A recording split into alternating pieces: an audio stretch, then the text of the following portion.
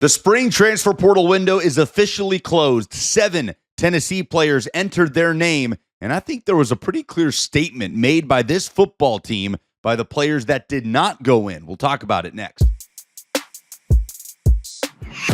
Hey, Lucas Panzica here from 104.5 The Zone and A to Z Sports. So 7 players going into the portal after spring practice in that 10-day spring portal window. They are, of course, as we know, headlined by quarterback Nico Iamaleava, who goes to UCLA in a highly publicized contract dispute with the University of Tennessee over an NIL figure. We don't need to rehash that entire situation. The other 6 players that have hit the portal for Tennessee are offensive lineman Aiden Bussell, offensive lineman Larry Johnson, 3 defensive backs in John Slaughter, Christian Charles, and Jacoby Thomas, as well as wide receiver Dayton Sneed, who transfers to UNC. Now, when you look at those players that went in, not a lot of high-impact guys that Tennessee is set to lose for 2025. Really, the biggest one you look at is Jacoby Thomas. Maybe the biggest surprise of this group of players, former MTSU transfer who figured to play a starting role in Tennessee's defensive backfield next season, but he is on the way out. And then a guy like Larry Johnson, who was probably going to battle for the 5-star freshman or with the 5-star freshman David Sanders Jr.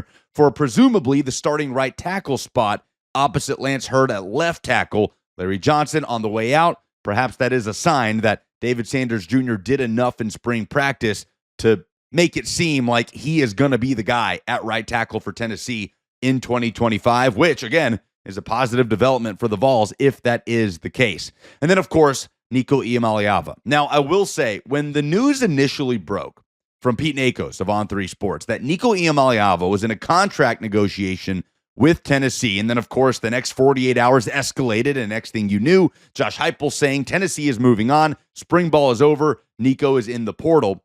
My biggest concern was that if Nico hits the transfer portal, there could be a mass exodus of players that follow.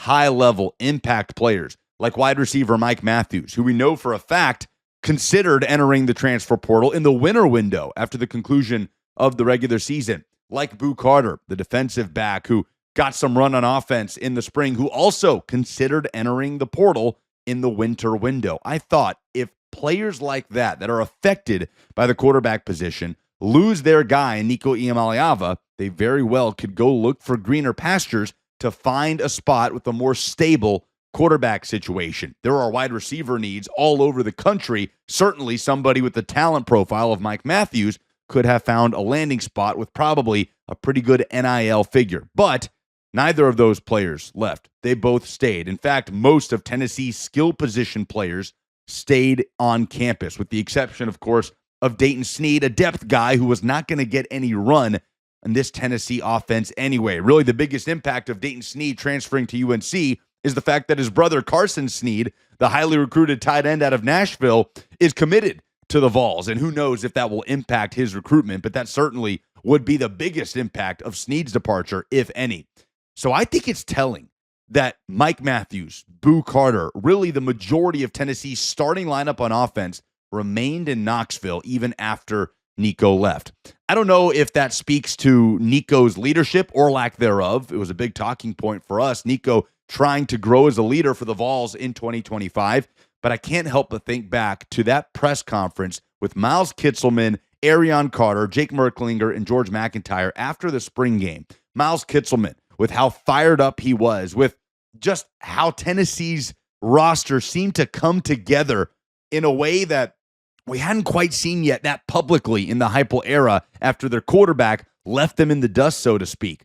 And Tennessee, I think, made a statement that maybe Nico did not have a stronghold on this locker room, that he was such a high-level impact player from a relationship standpoint that him leaving would cause other players to leave. I thought it was telling that there was not that exodus that I feared there could be when Nico went into the portal. Obviously, it's a very positive thing for the Vols. Now, they'll look to continue to add. The portal is closed. That just means players cannot go into it. Tennessee can absolutely still add players that are currently in the transfer portal, and you'd expect them to add at least a wide receiver for the 2025 season. Ironically, Nico Iamaleava's family wanted Tennessee to do a lot of things. They wanted Tennessee to pay Nico more money. They wanted Tennessee to add more wide receivers.